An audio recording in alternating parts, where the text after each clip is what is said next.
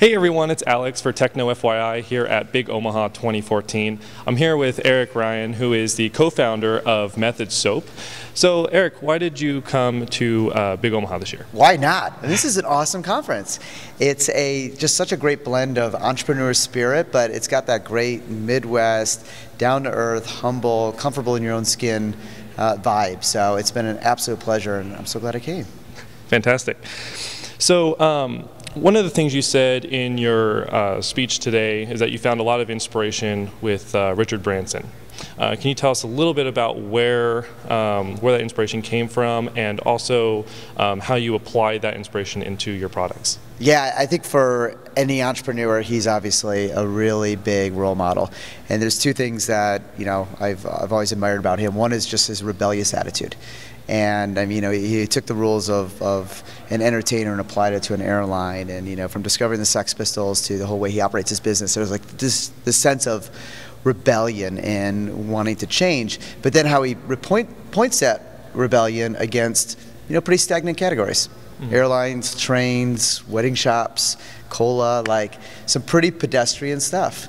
And it's the combination of those two things is something that I've always admired and try to put a lot of into the businesses we do.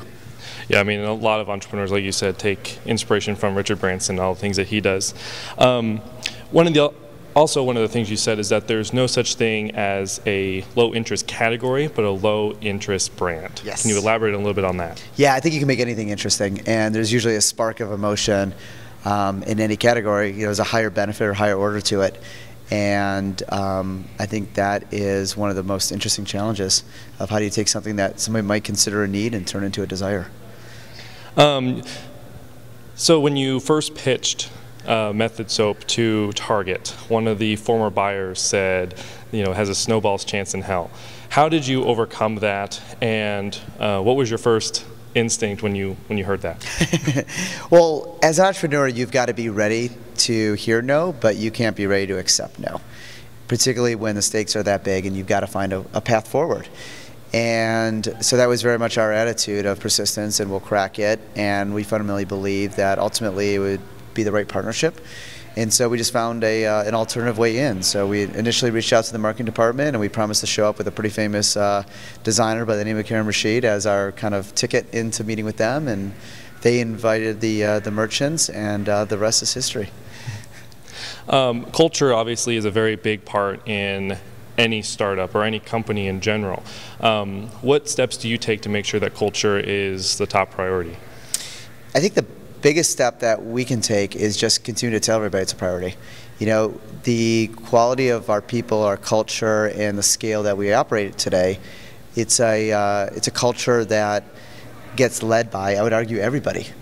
So our job is really at this point just to continue to prioritize and remind people how important culture is. And the way we talk about internally is culture is our #1 competitive advantage. And we'll challenge ourselves sometimes. We're like, okay, well, if we say culture is our #1 competitive advantage, like, are we really living it? And our job is to create the space for that priority, and then let our incredibly talented team, they're the ones who drive the culture every day. Yeah, because I remember during your speech you said that no one is above a receptionist. Yep. Everyone at your company has receptionists on their resume at the company.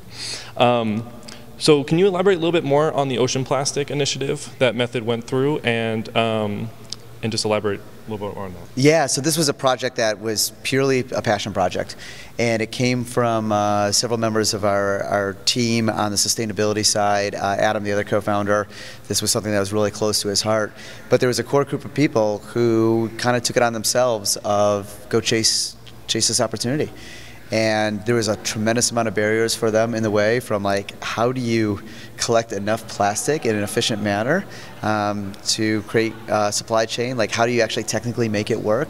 Can you convince a retailer to buy it? Can you convince a consumer to buy it? Right. And it was a huge, huge challenge, but we have this great culture that loves to run at big problems and big challenges, and so they did.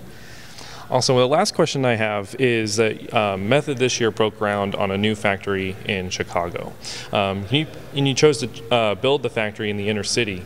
Can you elaborate more on why you built it in the inner city, and some of the advantages and also some of the challenges that you face building right there? Yeah, well, I mean, we wanted everything we do at Method is an expression of our values and our culture. And so, of course, the plant would be no different. And we thought very carefully from where we put it, how we would staff it, how we would make things, what we would make, all had to be consistent with that. And so the choice for, first of all, we wanted to be in an urban setting, because that's where jobs are needed. So we love the idea of South Chicago being the first plant to be built there in 30 years. The governor of Illinois and the state, the mayor of Chicago were just instrumental in really putting together the right package to make it possible for us to be there. And so we're super proud that we'll be bringing jobs to an area that's needed. And I mean, really what we're hoping to be is just a role model to get other people to do the same thing and just be that, that trigger for change. Fantastic. Well, thank you, Eric. So this is Eric Ryan. He's a co-founder of Method Soap. Make sure you stay tuned to Techno-FYI. Follow us on Twitter and Facebook, and also visit us online at technofyi.com. Thanks for watching, and we'll see you again soon.